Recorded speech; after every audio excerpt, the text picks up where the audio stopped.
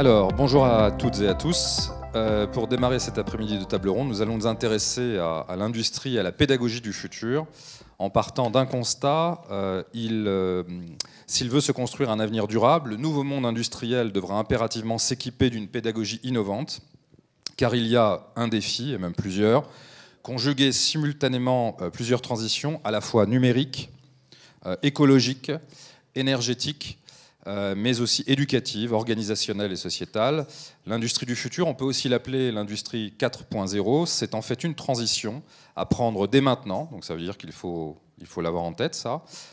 Pour toute entreprise industrielle, la 4e révolution industrielle, c'est avant tout le déploiement de nouvelles technologies numériques, mais également une nouvelle approche de l'homme au travail. Beaucoup de choses sont en train de changer, tout en étant plus respectueux de l'environnement. Alors pour répondre à ces nombreux défis, vous l'avez vu, ils sont nombreux à nous attendre, je vous présente nos invités. Francis Brière, vous êtes directeur régional industrie chez Schneider Val de Reuil. Christophe Aufort, vous êtes directeur général de l'AFORP, l'Association pour la formation et le perfectionnement du personnel des entreprises industrielles de la région parisienne. Voilà. Et puis Michael Machek, vous êtes consultant en management de projet et aussi intervenant à l'école d'ingénieurs ECAM EPMI à Cergy-Pontoise, mais là vous parlerez plutôt au titre de, disons, je crois, de votre approche de consultant, hein, c'est ça, en management de projet. Et on va commencer avec Francis Brière, je vais vous donner la parole, et en plus, ça va commencer tout de suite avec un petit film qui va nous jeter littéralement dans le vif du sujet, puisque vous allez voir une usine du futur, une vitrine du futur, comme on peut la rêver. Exactement, Christophe. Donc, bonjour à tous, je suis content de vous rencontrer toutes et tous.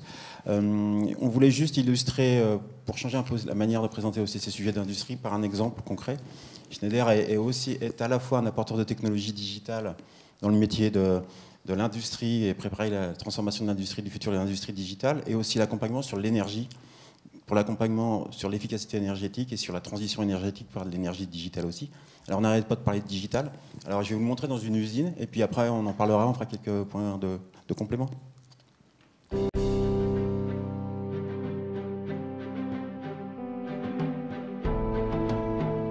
Bienvenue à l'usine Schneider Electric du Vaudreuil. Un site pilote en pleine transformation digitale, officiellement reconnu comme vitrine de l'industrie du futur. Créée en 1975, l'usine compte 360 collaborateurs. Parmi ses activités, l'assemblage automatique de contacteurs en grande série. Le site a entrepris sa transformation digitale afin de répondre aux nouveaux défis de l'industrie en termes de compétitivité, de performance et de respect de l'environnement. Elle a identifié 5 grands challenges. Mieux répondre aux attentes des clients grâce à une usine plus agile et une production plus flexible. Digitaliser notre supply chain pour plus d'efficacité et de réactivité. Innover pour réduire les délais de livraison des commandes. Accompagner l'évolution des métiers avec des exigences de sécurité accrues. Et forte de toutes ces actions, booster sa croissance d'ici 2020. Pour réussir dans un contexte de production haute cadence, l'usine a mis en œuvre des solutions de la plateforme EcoStructure de Schneider Electric. Des objets connectés de mesure et d'instrumentation. Des logiciels d'analyse et de pilotage et de puissants analytics. L'ensemble de ces solutions et des données associées étant protégées par nos techniques avancées de cybersécurité. Ces solutions ont été déployées sur 5 leviers de compétitivité. La Smart Maintenance pour des machines toujours disponibles. La Smart Supply Chain pour que les machines soient toujours approvisionnées et de la façon la plus efficace. L'opérateur augmenté pour lui permettre d'avoir une perception fine de son environnement et de prendre les décisions adaptées. Le management de la performance pour exploiter au mieux l'outil industriel, assurer le meilleur rendement et la satisfaction client. Et enfin, l'efficacité énergétique, indissociable de la compétitivité de l'usine et de son intégration dans un environnement durable. Alors, pour mieux comprendre comment fonctionne cette usine du futur, des hommes et des femmes acteurs de cette transformation vous proposent à présent de la visiter.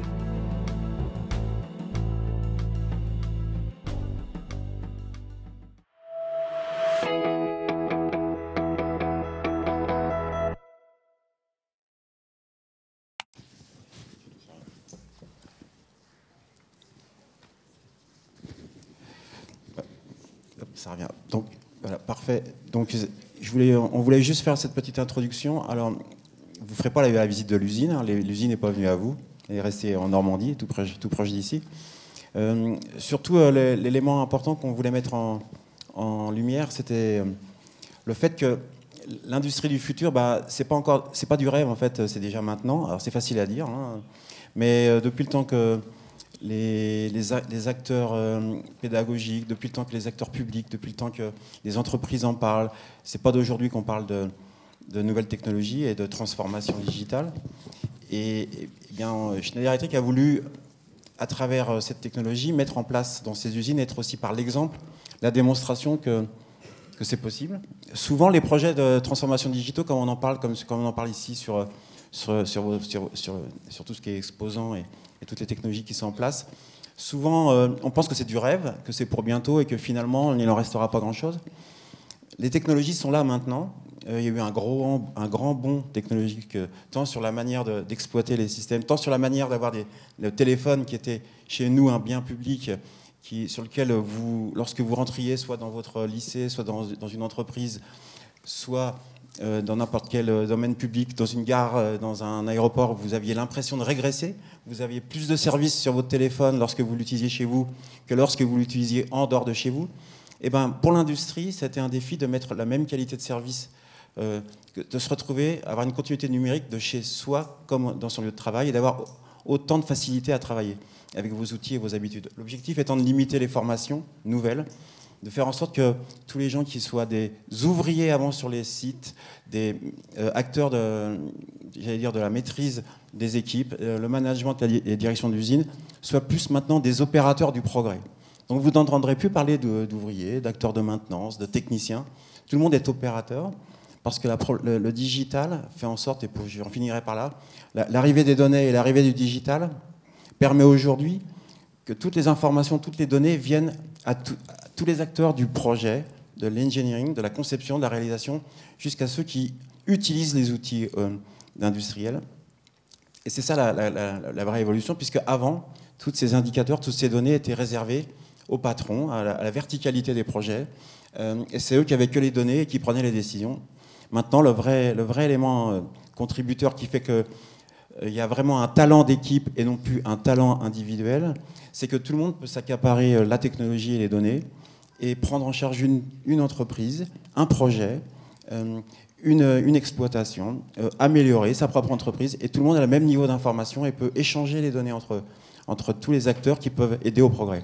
Voilà, moi, Christophe, je voudrais juste faire un petit peu ce point d'arrêt et rapporter ce témoignage, et après je pense qu'on développera les points plus en avant. Oui, moi j'ai quand même une question à vous poser qui est assez évidente, c'est que l'image de l'industrie a changé quand on pense à la vision qu'on pouvait avoir de l'industrie à une époque et celle qu'on a aujourd'hui. Vos images, les visuels, le petit film est frappant. On a l'impression d'être parfois dans un film de science-fiction, même hollywoodien dans certains cas, avec des choses vraiment étonnantes. C'est quoi ce qui caractérise l'industrie du futur finalement? Parce que cette usine, elle a été en plus labellisée vitrine du futur. C'est quoi finalement l'industrie du futur? Ce qui caractérise le plus cette usine, premièrement, alors c'est peut-être des vocabulaires qu'on utilise beaucoup pour exprimer, mais nous on l'a vu dans l'usine, c'est déjà de ramener au cœur de l'entreprise l'homme, l'opérateur. Ça, c'était un point important. C'était pas simplement des machines qui produisaient, c'était des gens qui travaillaient au quotidien dans l'entreprise et qui avaient une vision sur ça, et de se projeter dans un nouveau métier. Et pour sortir de cette image un peu historique, comme tu le disais, Christophe, c'est-à-dire qu'une industrie, c'est sale, c'est bruyant, c'est pas attractif. Quand on sort de l'usine, on est sale. Et dans l'environnement dans lequel on travaille, c'est extrêmement compliqué. Ce qui a été un détonateur de cette première évolution, c'est dans l'histoire, je vais être assez bref là-dessus, ça a été Pirelli, qui à un moment donné, Pirelli, les pneus, tout le monde connaît les pneus Pirelli. Pirelli, les usines de Michelin que vous pourriez visiter, qui est le concurrent de Pirelli, c'est des usines qui sont noires parce que la matière première, c'est de la gomme. Dedans, il y a du carbone, c'est sale, etc. Et ce qui a fait Pirelli pour faire venir les talents, les gens qui ont des idées. Les talents, ce ne sont pas simplement un degré d'études ou de diplôme, c'est les gens qui ont une idée et qui peuvent initier des projets ou améliorer, s'engager dans l'entreprise. C'est juste ça, un talent, en fait. finalement c'est simple. Eh bien, l'idée pour faire venir des jeunes dans cette entreprise et pour forcer l'évolution des cadres en place et des techniciens en place, qui étaient là depuis des années, qui avaient l'habitude de travailler avec des habits noirs, etc., a été de dire, moi je veux une usine blanche. Et de ce fait, c'était un projet complet. Et ce qui fait que Pirelli a fait une démonstration de cette usine blanche en Italie. Et à partir de là, toutes les technologies devaient être nickel. On devait faire venir des technologies grand public dans un lieu industriel. Et ça obligeait tout l'environnement à être plus propre, moins poussiéreux, moins vibrant, moins pollué, avec des outils et un environnement moins destructif pour les outils d'aujourd'hui, ce qui a facilité les choses. Et puis on a aussi, il ne faut pas l'oublier quand même, l'alignement des technologies. C'est que le digital, il est partout maintenant. La communication est entièrement simplifiée.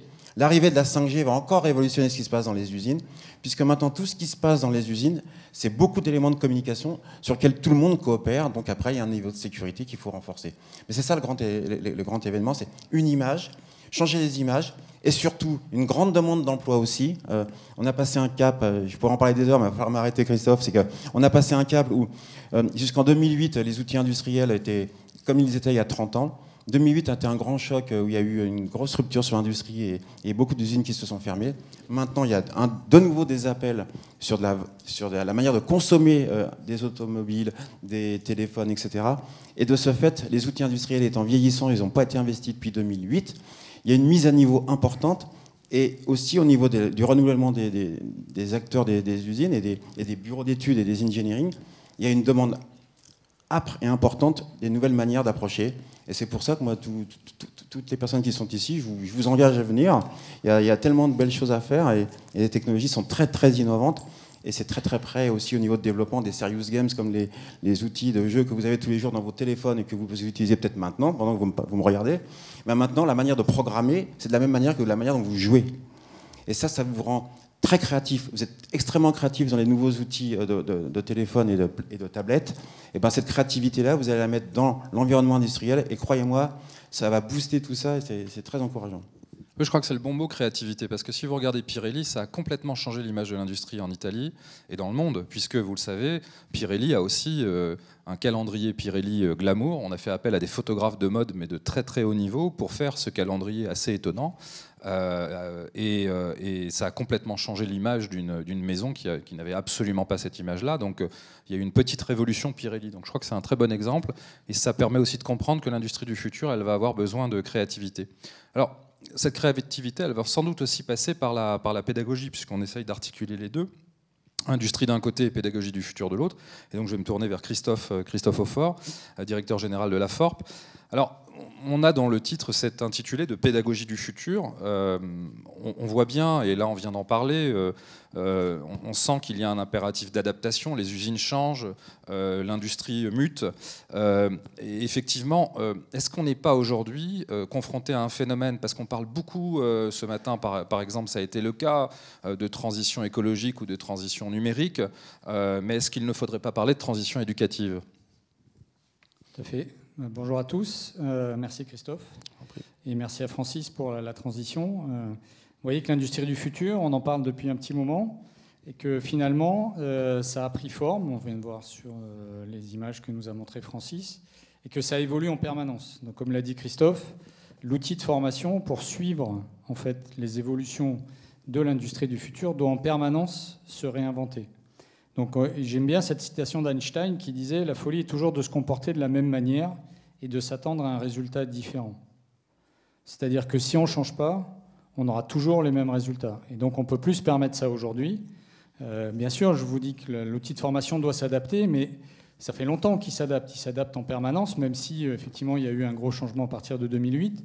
Mais on peut dire qu'aujourd'hui, l'arrivée du numérique, on vient de le voir, l'arrivée du smart, vous voyez du smart partout, donc vous êtes bientôt tous smart, ça accélère considérablement le mouvement et ça va beaucoup changer, ça va changer beaucoup plus en profondeur en fait les habitudes de travail, les rapports au travail, les rapports entre les gens dans les usines.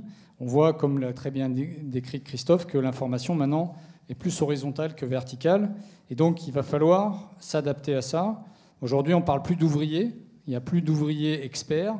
On parle d'opérateurs, Francis l'a dit, d'opérateurs polyvalents, multitâches, à l'aise avec les terminaux numériques. On a vu que le numérique prend une place énorme et qui supervise une production, une fraction de la production de plus en plus grande. Donc on est dans un changement très profond des tâches qu'il faut bien prendre en compte. Donc il y a un vrai besoin. Alors pédagogie du futur, moi je préfère parler de formation du futur, parce qu'on ne le voit pas trop, ce terme de formation du futur, qui est le système de formation qui soit initial ou qui soit continu, c'est-à-dire quand les salariés viennent. Maintenant on parle de formation tout au long de la vie. Donc quand vous formez quelqu'un, même si c'est un apprenti, même si c'est au lycée, cette personne-là reviendra en formation compte tenu de l'évolution des technologies. Donc le système de formation doit vraiment accompagner la métamorphose de l'industrie qu'on vient de voir. Donc pour moi, il y a 2 éléments essentiels à prendre en compte. Le premier, c'est le changement d'approche dans la formation, c'est-à-dire en fait le besoin d'une transition éducative, et là je rejoins le propos de Christophe. Et la deuxième chose qui en découle un peu directement de cette transition éducative, c'est la mise en place de nouvelles pédagogies. Donc je vais surtout me concentrer sur la transition éducative, parce que comme l'a souligné Christophe, c'est quelque chose dont on parle peu, quelque chose qui prend forme maintenant au quotidien quand on voit l'accélération, on a parlé de la 5G tout à l'heure, l'accélération de la numérisation, de l'intégration numérique dans les usines. Cette transition éducative, elle est extrêmement importante, et à mon sens, on n'en parle pas assez par rapport à la transition écologique ou la transition énergétique. Elle concerne donc cette transition éducative, elle concerne qui? Dans un premier temps, les formateurs. Après, je parlerai aussi des salariés, de l'entreprise, et également de la relation entre l'entreprise et les organismes de formation. Donc le formateur, comment doit-il évoluer? Maintenant, j'ai parlé de la formation tout au long de la vie. Donc le formateur doit avoir une approche client vis-à-vis de l'apprenant. C'est-à-dire qu'il n'a plus l'apprenant qui vient le voir pendant 2-3 ans, et il ne le reverra plus jamais. Il reviendra en formation continue, il reviendra en formation tout au long de la vie, et donc il recroisera cet apprenant. Donc il y a vraiment une idée d'approche client, et aussi une idée de fidélisation, c'est-à-dire qu'on rend les services de manière à ce que les gens qui viendront en formation continue, en formation tout au long de leur vie, reviendront nous voir. Donc on s'installe en fait dans une nouvelle relation entre le formateur et l'apprenant. Après, le rôle du formateur aussi doit évoluer. On a vu tout à l'heure qu'on est plutôt dans la transversalité que dans la verticalité. Le formateur avec sa blouse blanche, sa cravate, quand je prends des photos de la FORP, qui est un centre de formation industrielle et technologique, quand je prends des photos de la FORP d'il y a 30 ans, sur la photo, vous reconnaissez tout de suite le formateur. Pas parce que c'est le plus âgé, parce que c'est le seul qui a une blouse blanche et une cravate. Ça, c'est fini. Le formateur qui est l'apprenant, le sachant qui délivre verticalement sa pédagogie, c'est terminé. Le formateur doit passer du face-à-face, ce qu'on a connu il y a encore 20 ans, au côte-à-côte. Il doit accompagner, il doit être là comme facilitateur pour l'apprenant, de manière à l'accompagner, et de la façon dont il transmet, la façon dont le savoir est appliqué. C'est ça, le changement de posture du formateur. Pour les salariés, je l'ai dit, c'est la formation tout au long de la vie, donc il faut prendre conscience de l'arrivée du numérique. Il y a énormément d'entreprises dans lesquelles il y a des salariés dans le déni. Ils ne veulent pas entendre parler du numérique. Ils ne veulent pas affronter le changement. On a fait une première formation, nous, pour une formation du numérique dans le préfigurateur du campus Fab, qui est une école, l'école du futur, qui est à Bondoufle. On a vu les difficultés, ne serait-ce qu'à sensibiliser les salariés sur le fait qu'il y a une grande chance que soit leur métier va disparaître, soit il va falloir qu'il va y avoir de nouveaux métiers pour lesquels ils vont devoir se former. Donc il faut avoir le courage de se remettre en question aussi pour les salariés. Ça, c'est un point essentiel, parce qu'il y a énormément d'endroits où les gens sont dans le déni, ne veulent pas entendre parler du changement. Sénèque disait « ce n'est pas le changement qui fait peur aux gens, mais l'idée qu'ils s'en font ». Donc ça, c'est pour les salariés, c'est extrêmement important. Et vous, gardez-le en tête, notamment tous les jeunes qui sont là. Vous aurez certainement plusieurs ruptures technologiques dans votre carrière, et vous devrez en permanence vous remettre en question. Ça, c'est important. Après, pour l'entreprise, la réforme actuellement de la formation professionnelle est en train de nous aider pour aller vers quelque chose de plus moderne et vers une pédagogie qui est plus adaptée.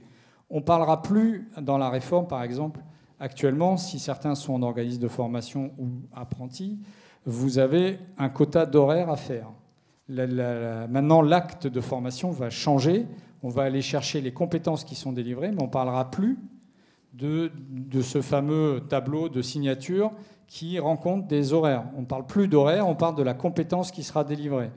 Ensuite, la deuxième chose, c'est que l'articulation entre le centre de formation et l'entreprise, quand vous avez des entreprises comme Schneider, que vous voyez une usine comme ça, il est quand même dommage de ne pas utiliser les moyens technologiques d'une entreprise comme ça pour pouvoir faire de la formation et de la certification. Autrement dit, les organismes de formation et l'entreprise doivent réinventer la façon dont ils s'organisent entre eux pour permettre de faire de la formation en situation de travail dans l'entreprise. Quand vous avez un automatic guided véhicule, comme on a vu là, un petit véhicule automatique qui amène des pièces à un endroit, c'est très intéressant pour un centre de formation de pouvoir certifier à distance des salariés de l'entreprise plutôt qu'elle-même avoir ce type de dispositif qui coûte extrêmement cher. Donc il y a aussi dans cette accélération du numérique où c'est compliqué que tout le monde puisse bénéficier des dernières technologies, de réinventer en fait la relation qu'il y a entre l'entreprise et l'organisme de formation pour permettre justement d'améliorer en fait les choses et de mieux correspondre aux besoins de l'entreprise, puisque je rappelle que la formation, c'est délivrer les compétences dont les entreprises ont besoin. Voilà. Bon, après, la transition éducative, je l'ai dit, naturellement, je ne vais pas m'étendre dessus. Vous avez des nouvelles pédagogies. Donc, on a beaucoup insisté, Francis là en a parlé, je répète, on parle beaucoup plus de collaboratif aujourd'hui que d'individuel. La pédagogie de projet, aujourd'hui, est indispensable. On ne travaille plus tout seul dans son coin. Peut-être la couturière Hermès qui coud les sacs, et encore, je ne sais pas, parce qu'elle a un savoir-faire tellement particulier qu'elle peut, mais il n'y a pas trop de numérique là. En revanche, dès qu'on est dans une usine, on voit bien que tout le monde est impliqué, que cette pédagogie de projet, c'est devenu la base de travail d'un organisme de formation. Nous, on parle que de pédagogie de projet.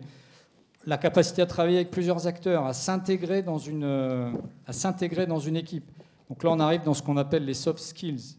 C'est-à-dire que c'est aussi en train de monter en puissance. Moi, je vois des industriels, notamment dans l'aéronautique, par exemple, qui sont en pénurie de main-d'œuvre. Ils n'arrivent pas à trouver, par exemple, des chaudronniers, ils n'arrivent pas à trouver des usineurs. La formation devient annexe pour eux. Ce qui est intéressant pour eux, ce qu'ils me demandent, c'est trouvez-moi des gens sérieux qui ont envie de travailler. Voilà, donc des gens, ça veut dire quoi? Ça veut dire des gens qui sont capables de s'intégrer, qui sont capables de travailler en équipe, qui sont capables d'écouter les autres. Et on rejoint là ce que je disais tout à l'heure, la montée en puissance des soft skills. Et ça, c'est extrêmement important, mais je pense que Michael en parlera après. Voilà, après, bien sûr, il y a tout ce qui est pédagogie autour du numérique, l'e-learning, le digital learning, le blended learning. Donc nous, on a mis en place, par exemple, un après-midi par semaine, nos apprentis font de l'e-learning, c'est-à-dire qu'ils sont où ils veulent, dans le centre de formation s'ils veulent, chez eux, dans un web café, on s'en moque, ils font leur travail via Internet, ils font leur travail via une plateforme qui leur permet de faire de l'e-learning. Donc ça, effectivement, c'est des nouvelles pédagogies, mais elles découlent tellement naturellement de ce qu'on a vu que je vais pas m'étendre plus que ça. En conclusion, simplement, je voulais dire que je pense qu'on a un formidable challenge devant nous. On a vu, on commence à avoir des concrétisations de l'industrie du futur. On voit, ça va évoluer en permanence. Et à mon avis, c'est tous ensemble, tous les acteurs de la formation, de l'entreprise, qui doivent se retrousser les manches pour accompagner justement cette mutation de l'industrie. Et je finirai avec cette citation d'Henry Ford qui disait « Se réunir est un début, rester ensemble est un progrès, travailler ensemble est la réussite. » Merci. Merci beaucoup. Très belle citation, ça me donne envie de rebondir avec une autre citation d'un quelqu'un qui a un peu théorisé beaucoup de choses, qui s'appelle Henry Mintzberg, et qui a beaucoup travaillé sur une idée qu'il résumait de la façon suivante. Si tu ne changes pas, c'est le changement qui te changera. Et ça, je pense, c'est une idée centrale. Je viens de terminer un livre là, très intéressant qui s'appelle Disruption, qui est un peu la version française de la disruption à l'américaine. Et ce livre, il est plein d'intelligence artificielle. Il a été préfacé par Laurent Alexandre. Il évoque tout ce qu'on dit là, le monde du futur. Et le mot d'ordre, c'est ça, c'est l'adaptabilité, la capacité à se changer. Et je m'adresse aux jeunes qui sont présents ici. Vous étiez swag, soyez smart maintenant. C'est-à-dire qu'il y a un vrai changement, il faut changer de modèle, quoi. Et effectivement, cette dimension-là, c'est s'adapter à un monde qui va très vite. On vient d'en parler, vous l'avez très bien fait. C'est clairement une grande accélération et ça va de plus en plus vite. Et si on ne s'adapte pas, effectivement, on risque d'être confronté à de très fortes difficultés. Et alors, merci beaucoup Christophe, parce que très belle transition vers Michael, parce que vous avez cité le mot que j'allais prendre comme lancement pour Michael, c'est le mot de soft skills. Soft skills, alors en mauvaise traduction, c'est compétences douces, voilà. Mais j'ai récemment été invité à un événement à Paris dans 2 lieux, au Palais de Tokyo, qui est un centre d'art contemporain, et à la Station F, qui est évidemment un lieu majeur dans le domaine des nouvelles technologies, pour un sommet sur l'éducation qui s'appelle WISE. Alors, je ne sais pas si vous connaissez ce sommet, mais c'est le grand raout de l'éducation mondiale. C'est piloté par le Qatar, qui investit alors dans plein de domaines, mais aussi dans l'éducation. Et le mantra, le mot d'ordre, l'obsession de tous les débats, là vous aviez 800 personnalités du monde de l'éducation, du monde entier, hein, c'était assez incroyable, eh bien, c'était soft skills. Voilà, tout le monde n'a parlé que de ça. Alors, c'est ma question, Michael Machek, consultant en management de projet. Alors, peut-être rappeler ce que sont ces soft skills, parce que c'est un peu nébuleux quand même. Et puis surtout, à quoi ça sert et comment ça nous permet de nous connecter à cette industrie du futur. Bon, merci. Donc, il y a beaucoup de choses qui se sont déjà dites. Moi, donc, j'interviens dans des formations en management de projet. Et depuis quelques années, je commence à travailler sur ce qu'on appelle des simulateurs de projet. Donc ça se rapproche évidemment de ce qui a déjà été dit par Francis et Christophe. Ça consiste en quoi ? Jusque-là, quand vous étiez étudiant, voire lycéen, on vous demandait de faire un projet, on vous demandait de faire un petit planning, n'est-ce pas, sous Excel par exemple, et puis de rédiger un petit cahier des charges par exemple, voilà. Et puis après, bonne chance pour le projet. Donc cette approche, je tente, n'est-ce pas, de la changer. C'est-à-dire que quand vous arrivez avec moi, d'abord, vous remarquerez que je remplis les conditions. Je ne suis pas en blouse blanche, ni en cravate. Donc je me mêle généralement à l'équipe projet. Et qu'est-ce qu'on fait ensemble ? On utilise un simulateur de projet. Alors ça porte également le nom de Serious Games. Donc, si vous aimez jouer, là, vous allez jouer avec moi, mais au projet. Et donc, qu'est-ce qu'on fait ? On va réaliser ensemble un projet de 11 semaines qui va être contracté sur 1 jour et demi. Alors, il y a un choix de sujets, je dirais, pour vos projets. Ça peut être industriel, voilà, fabrication. Ça peut être aussi simplement la mise en place d'un serveur, pour rester dans l'informatique, voire dans le sport, si vous avez un projet de mise en place d'un tournoi, par exemple, au niveau international. Et là, vous êtes tiré au sort, et puis vous travaillez pendant 1 jour et demi, soumis à tout ce qui se passe dans une entreprise. Voilà, vous êtes chef de projet chez Schneider. Voilà, le client vous commande une série, n'est-ce pas, d'automates, par exemple. Et donc là, vous devez réaliser cette production en 1 jour et demi.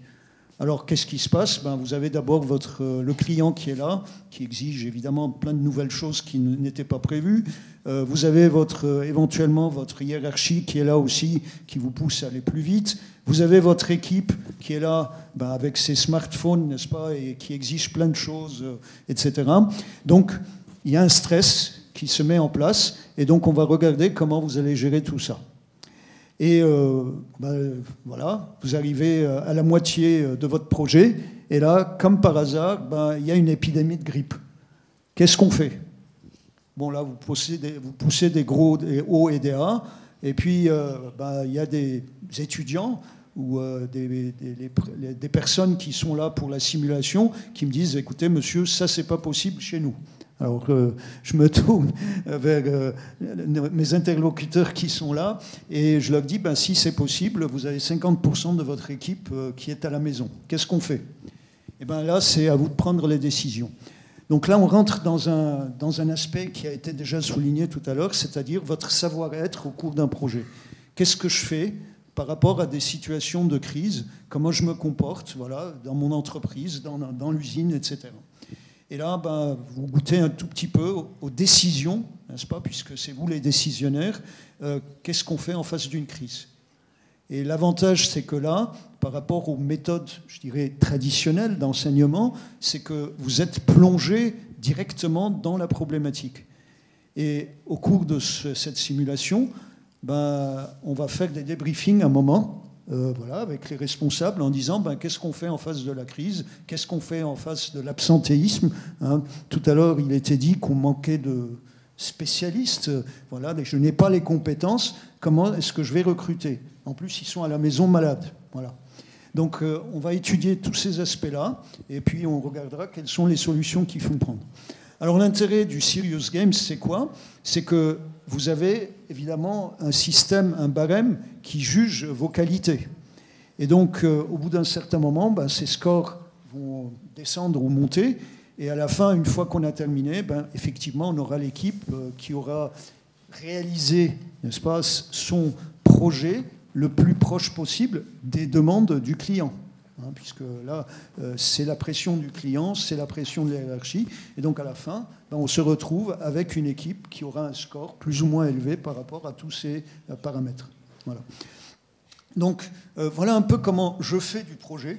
Hein. Ça détonne un peu par rapport aux méthodes académiques. Et l'intérêt surtout de ce projet, c'est que tout ce qu'on aura vu là, pour beaucoup, ben, c'est des choses nouvelles. Et donc, derrière, on va pouvoir se plonger dans l'aspect étude en profondeur. Je ne savais pas faire un planning. Ben là, j'ai vu comment ça fonctionnait dynamiquement. Et donc, maintenant, comment est-ce que je dois le fabriquer puis le mettre au point. Voilà. Et c'est donc tous ces aspects-là que j'essaye de mettre au point. Alors, je ne vous cache pas que dans le milieu académique, ce n'est pas toujours évident d'expliquer le mode projet. Hein. Le mode projet, ça n'existe pas dans les milieux académiques. Hein. Je suis un peu provocant, mais je le fais exprès. Donc là, je suis toujours en train de batailler pour expliquer que voilà comment fonctionne un mode projet. Et c'est vrai que c'est un pari, et c'est vrai qu'il faut tenir le vent, hein, parce que ce n'est pas du tout évident de faire passer ce message-là. Donc voilà un peu ce que j'avais à dire hein, sur cette approche. Oui, alors moi j'avais quand même une question, parce que tout à l'heure j'évoquais WISE. Là, vous aviez des intervenants qui venaient de grandes écoles, d'ingénieurs notamment, donc il y avait des gens de Polytechnique. Enfin, c'était avec un vrai questionnement autour de ça. J'ai quand même l'impression que les soft skills, c'est aussi l'idée que dans un monde qui s'accélère, où la machine prendrait, je le dis bien au conditionnel, une place de plus en plus importante, finalement, les soft skills, ce serait le moyen de garder un peu d'humain dans cette logique de machine omniprésente qui pourrait caractériser l'industrie du futur. Il y a ça, cette dimension-là aussi qui est là. Je ne sais pas ce que vous en pensez. Et surtout, une autre question que moi je me pose beaucoup aussi, on nous dit et on nous présente l'avenir, si vous regardez parfois le discours politique d'ailleurs, comme le fait que, évidemment, l'intelligence artificielle, évidemment, les mutations technologiques vont être destructrices d'emplois. Ça, c'est un peu là aussi le discours de base. Mais au contraire, est-ce que là aussi, ces soft skills et tout ce qui se développe ne va pas favoriser la multiplication de nouveaux métiers? Et puis, il faut savoir que dans certains secteurs d'activité, on estime que 40% des métiers qui seront réalisés dans ces secteurs n'existent pas encore. Il y a des secteurs où c'est d'ailleurs peut-être encore plus, ce sont des estimations, mais qu'est-ce que vous en pensez? Alors, pour en revenir d'abord aux métiers, je dirais que si on regarde l'évolution de l'économie, je dirais sur ces 200 dernières années, il y a des métiers qui ont définitivement disparu, qui sont aujourd'hui de l'ordre de l'histoire, et il y en aura d'autres. Ce qu'on fait aujourd'hui en fabrication, ben oui, un chaudronnier d'il y a 50 ans, ben ce n'est pas le chaudronnier actuel. Et il y aura certainement des disparitions de métiers. Il y en aura encore d'autres dans le futur. Mais je dirais que ça s'inscrit un peu dans l'évolution de l'industrie, hein, quelle qu'elle soit d'ailleurs. Hein. Donc c'est un peu normal. Alors, justement, ces méthodes pédagogiques, l'aspect humain, oui, elles l'apportent aussi. On travaille en équipe. Hein, j'insiste là-dessus. Et dans une équipe, on a un comportement, on n'a pas des robots devant soi, on a des coéquipiers. On a des participants à des projets, on a une hiérarchie avec laquelle on traite, il y a quand même l'aspect humain. Alors, justement, dans ma démarche, il y a aussi cet aspect-là, parce qu'il y en a qui croient, voilà, ça s'appelle serious game, c'est comme dans les jeux, hein, voilà, ça tire un peu partout, et puis voilà. Non, derrière, il y a des réponses. J'ai une équipe, il faut que je la motive. Et si je lui fais faire, je ne sais pas moi, 200 heures supplémentaires chaque mois, je risque d'avoir une très forte démotivation. Donc, est-ce que l'heure supplémentaire est la meilleure réponse à apporter à un problème de production ? On peut se poser la question, et il y a d'autres solutions possibles. Donc, cet aspect humain, il doit être toujours là. Et l'avantage des simulateurs, c'est qu'on peut déjà avoir une idée de comment ça va se passer. On pourrait, alors ce n'est pas le cas actuellement, simuler des métiers du futur. Je suis dans une usine totalement automatisée. Est-ce que les comportements que j'ai avec une équipe seront la même que dans une usine où on travaille encore un peu de façon plus traditionnelle? Donc, comment ça va se passer? Et ça, c'est l'utilité de ces serious games. Moi, je préfère utiliser le terme serious game, c'est de vous mettre dans le bain.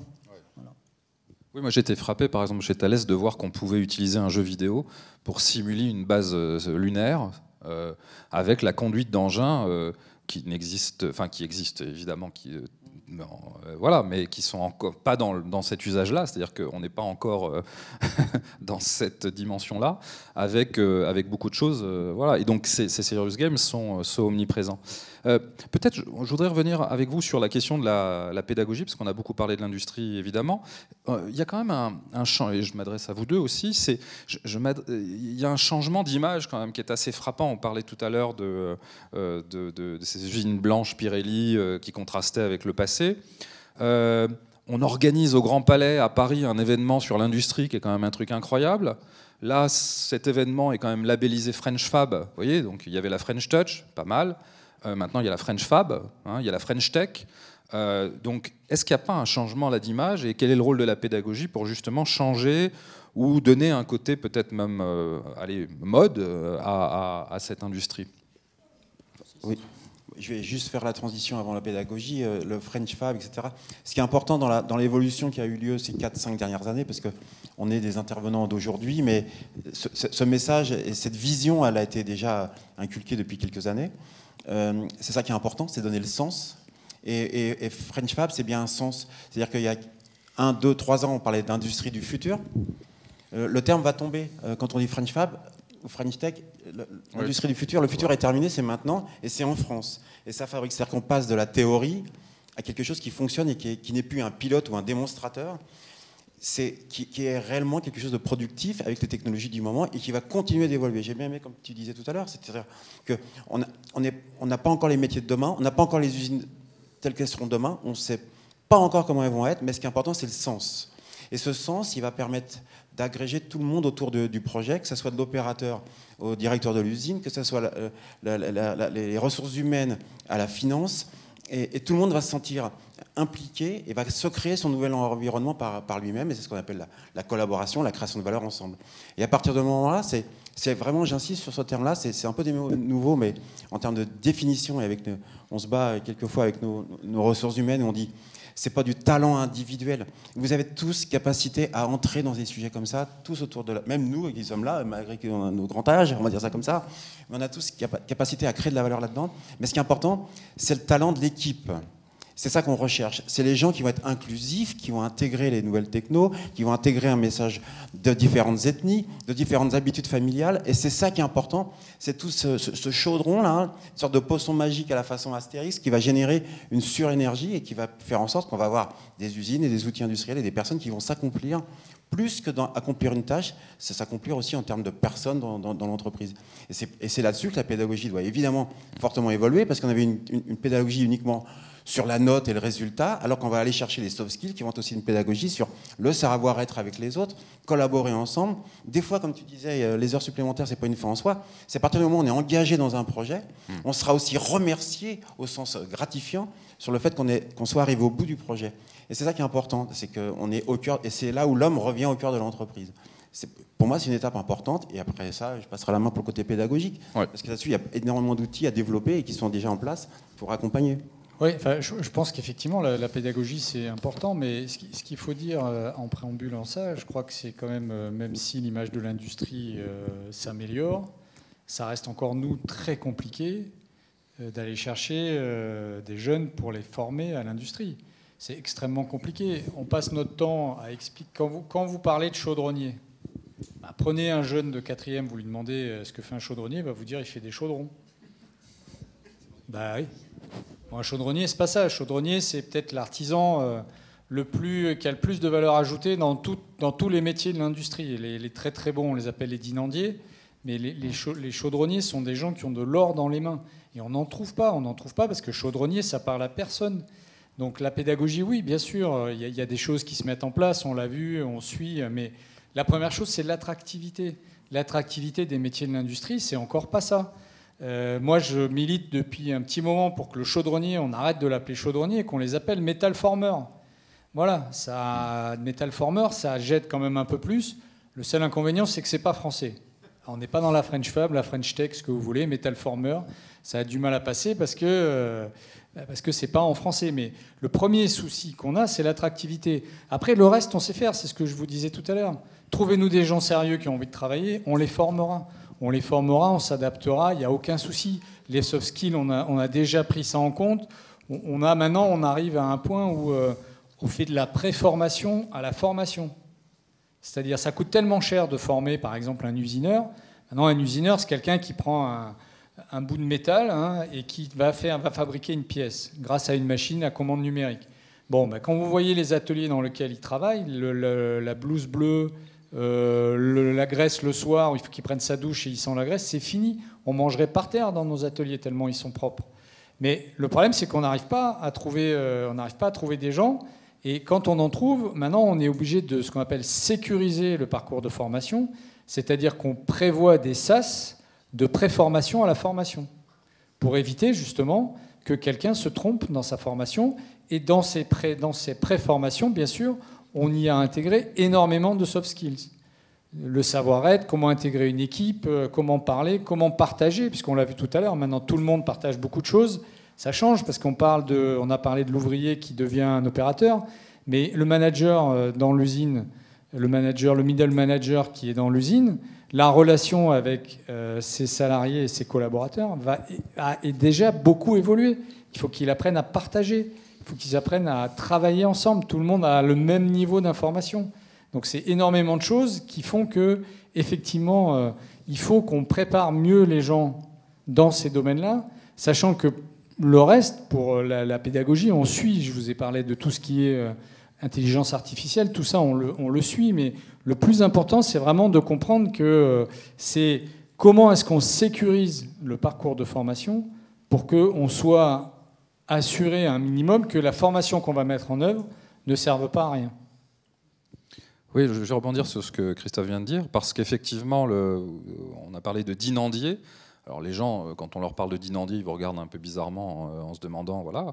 Mais il faut savoir qu'il y a 3 ans, un prix très important, un des prix les plus importants en France, qui est le prix de la Fondation Bettencourt-Schuller pour l'intelligence de la main, qui d'habitude est plutôt remis à des gens qui travaillent pour Hermès, qui sont les grands artisans d'art, qui sont quasiment des artistes.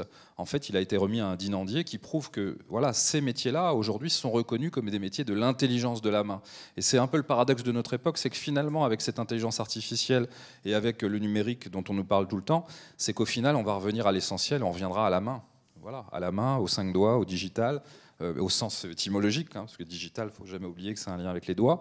Et donc, clairement, c'est assez intéressant de voir ce lien qui se met en place. Je crois que nous... peut-être une petite remarque. Je voulais rebondir un tout petit peu sur ce que tu venais de dire, et tu l'as employé tout à l'heure, c'est le mot compétence. Je pense que là-dessus, il y a à faire, et justement le suivi, puisqu'on emploie le terme portfolio, est un de ces outils justement aussi qui permet de suivre je dirais en pré-formation et pendant la formation, voir si les compétences qui se mettent en place, n'est-ce pas, correspondent bien au profil qu'on cherche. Voilà. Et c'est une des choses aussi qui est un peu tendance aujourd'hui, il y a un French touch. Alors, en termes de vocabulaire, d'ailleurs, c'est très intéressant, nos cousins québécois ont les traductions de l'anglais, n'est-ce pas, que tu as employé, qui existent en français. Le problème, c'est que quand on les voit, on ne les comprend plus nous-mêmes parce qu'on utilise la terminologie anglaise. Voilà. C'était juste pour conclure un peu le propos. Oui, alors c'est vrai qu'après tous ces termes, on regarde effectivement French Tech, c'est tellement entré dans les mœurs qu'aujourd'hui c'est quasiment une évidence et tout le monde le comprend immédiatement. Donc il faut souhaiter que le French Fab ait le même parcours, la même réussite. Et en tout cas, c'est sans doute plutôt bien parti, même s'il y a un grand travail quand même derrière à faire, à la fois de pédagogie et de réflexion sur l'industrie. Oui, nous avons un petit peu de temps pour les questions, donc si je sens là que la foule en délire a envie de poser des questions, là, on sent là que ça bouge un peu là. Donc voilà, les questions là, je sens qu'il y a des gens qui sont dans un état de transe quasiment. Hein, voilà. Madame par exemple. Voilà. Alors, petite question. Oh, allez. La première est la plus difficile. Lâchez-vous. Ah, il y a monsieur, ça y est. Allez. Monsieur est à fond, là. Allez. Ah, vous n'avez pas de micro, par contre. Ben, peut-être... voilà, de vive voix, parce qu'il n'y a pas de micro, apparemment. Oui, effectivement.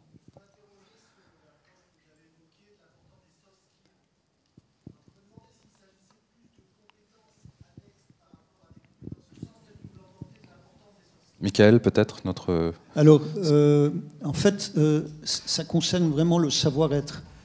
Sur les connaissances fondamentales, en fait, elles doivent être là, hein. Elles sont apportées, mais d'une façon un peu différente.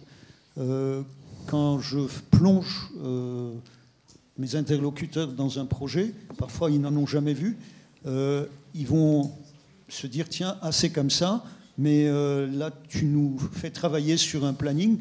En fait, comment ça marche? Et là, ça y est, c'est déclenché. D'accord, il y a un savoir-être, mais il y a aussi un savoir-faire de comment je fabrique un planning et comment je le gère. Mais ça viendra dans un deuxième temps. Donc, on passe par un savoir-être pour revenir ensuite sur la connaissance de base, en fait, simplement pour créer et puis gérer un planning. Voilà. Donc, c'est un peu plus en rapport avec l'esprit du travail collaboratif par rapport au travail fondamental qu'on fait tout seul dans son bureau et avec une compétence propre. C'est un mélange. On passe de l'un à l'autre. Souvent, on n'en parle même pas parce que ça paraît tellement évident. Justement, il n'y a plus cette verticalisation. C'est que, là, je n'ai pas de connaissances en planification ou en communication. Hein. Dans un projet, c'est important. Allons prendre cette brique de connaissances. Hein. On parle ici de briques de connaissances. Comment est-ce qu'on gère la communication dans un projet? Quelle qu'elle soit, hein, qu'elle soit horizontale ou verticale, il y a une communication à avoir. Voilà. Et on passe donc toujours du savoir-être au savoir-faire, voilà, de façon très transparente. Et ça aussi, c'est cette approche très souple, très agile, où voilà, on n'a pas, tiens, tu vas suivre un cours de communication, et puis on verra bien après comment tu l'appliqueras. Non, tiens, on en fait. Et puis, tiens, je vais t'apporter aussi les connaissances de base voilà, de la communication, par exemple. Donc j'imagine que derrière ça, il y a l'idée de décloisonner les modes de fonctionnement habituels pour trouver plus d'efficacité dans le fonctionnement plus horizontal et de fonctionnement global du travail collaboratif. C'est la transversalité. Voilà, on va employer le mot. Oui. Et puis, il y a un autre aspect peut-être dont on n'a pas du tout parlé, mais qui est très intéressant pour les jeunes qui sont là. C'est que, vous parlez d'horizontalité, on a beaucoup utilisé le terme, c'est que c'est un peu la fin de la dictature de la note avec l'exercice un peu imposé du genre exo-de-maths. Voilà, c'est un peu un changement. C'est-à-dire que moi, j'ai vu WISE, dont je vous parlais, à cet événement, je voyais notamment les Nordiques, alors vous savez, avec leur modèle d'éducation, qui nous explique qu'aujourd'hui, l'avenir à l'université, dans de très bonnes universités, très prestigieuses et internationales aussi, c'est l'auto-évaluation. C'est-à-dire que c'est Vous n'allez pas être évalué par un prof qui vous met une note, c'est vos camarades qui vont vous noter. C'est des dispositifs de co-création ou d'évaluation complètement différents, et où on évalue un savoir-être et pas une connaissance technique au sens strict. Et donc tout ça est quand même assez intéressant. On se fait allumer presque à chaque fois dans les classements PISA, parce qu'effectivement, on considère que la France est un peu à la ramasse sur un certain nombre de sujets, mais il y a ce paramètre-là. Quand vous regardez les très grandes universités étrangères, elles ont mis au point des méthodes d'évaluation qui sont assez étonnantes, voire même détonnantes parfois. On se dit, mais c'est fou, on arrive à évaluer comme ça. Et ça fait aussi peut-être partie de cette révolution. Je crois que Francis voulait ajouter quelque chose. Un petit complément par rapport à l'usine que vous avez vue et qui fonctionne, hein, et que le plan industriel de Schneider va continuer dans toutes les usines en France. Il y a 37 usines en France Schneider de ce type-là qui vont être mis à ce niveau-là, donc sur toute la France. Donc c'est aussi un décloisonnement des territoires, par l'exemple. Mais ce qui est important dans les métiers, c'est qu'aujourd'hui, on n'est plus dans la notion unitaire de la personne qui réalise son emploi. D'ailleurs, on n'a plus beaucoup de descriptions d'emploi dans les entreprises. On a plutôt une description d'une fonction, d'une équipe pour réaliser un projet, pour réaliser une production, pour réaliser une amélioration, pour prendre en compte une ligne de production qui reviendrait de l'export en France, pour être plus efficace dans l'énergie. Donc c'est comme ça qu'on a plutôt maintenant ce qu'on appelle entre guillemets encore un peu très anglicisme des job codes, des codes de définition du poste tenu. C'est plutôt sur ce qui doit être réalisé ensemble. Donc on est vraiment dans le décloisonnement. Et un exemple pour terminer sur la partie opérationnelle, une usine qui existe. Quand le projet c'est un projet de transformation qui a duré à peu près 14 mois sur cette usine. Pour quelques chiffres, c'est 50 000 contacteurs par jour. C'est des chiffres incroyables, hein. Donc, et ça fonctionne H24. Et quand ils ont attaqué ce projet-là, ils l'ont attaqué avec l'habitude d'une division industrielle. Un projet industriel, on doit mettre de la technologie et technologie pour la technologie. Et au bout de 3 mois, ça s'est arrêté ce projet-là. Et ils ont dit ça ne peut pas avancer comme ça, on n'arrivera pas à tenir la vitesse de cette accélération pour passer à ce nouveau monde tout en continuant de produire pour les clients et avoir de la flexibilité, l'agilité, tout ce que vous avez vu dans le film. Donc toute l'équipe usine a été décloisonnée avec un management complètement séparé qui rendait compte tous les vendredis au directeur de l'usine de l'état d'avancement, et il n'y avait plus de management intermédiaire, les RH étaient sortis, tout était sorti. Et là, à partir de ce moment-là, ils étaient directement en relation avec le directeur d'usine. Et là, tout le monde a choisi son équipe. Ils ont remis des groupes, ils ont remis des animations, groupes à intervalles courts, intervalles longs, etc. Tout ce qui existe. Mais ils l'ont ajouté à quelque chose de décloisonné. Et c'est à ce moment-là que ça a décollé. En fait, c'est ça qui est intéressant. Et c'est comme ça qu'elle est labellisée, cette usine. C'est vraiment sur le changement de management de l'usine et cette notion de tout décloisonner. Et c'est pour ça qu'elle a eu un prix. C'est pas pour l'outil industriel. Oui, exactement. Alors, écoutez, on arrive au terme de notre rencontre. Alors, j'ai 2 choses à vous dire. La première, c'est qu'une seconde table ronde va se dérouler à partir de 15h30 et elle va, a priori, être incroyable, avec des choses mais stupéfiantes. Donc, il faut rester, hein, absolument. Donc, vous pouvez rester dans ces sièges très confortables, même somnoler un peu si vous voulez pendant la pause. Hein. Ça, pendant la pause, c'est permis. Et puis, vous vous réveillez à 15h30. Et la deuxième chose, c'est de remercier très chaleureusement nos intervenants. J'aimerais qu'on les applaudisse parce que... ils nous ont fait rêver. Voilà. Merci à vous tous.